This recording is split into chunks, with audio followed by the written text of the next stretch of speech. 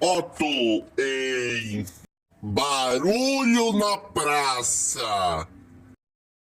Ai, ai, nada pra fazer, já acabei de trabalhar, então a Mundi e o Fico foram viajar para os Estados Unidos da América, eu vou descansar um pouquinho. Ué, que barulho é esse? Vou ver então.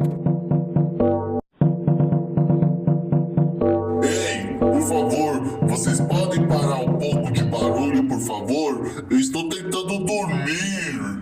Desculpa, Otto.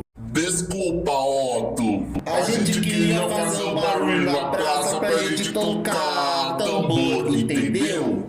Entendi sim, mas deixa eu dormir, vai. Me deixe em paz. Tá, desculpa.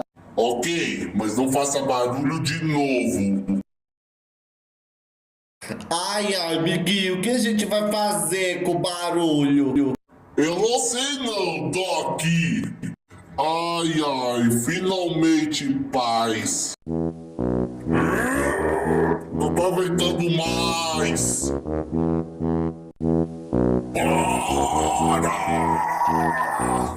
Nosso plano foi fracassado.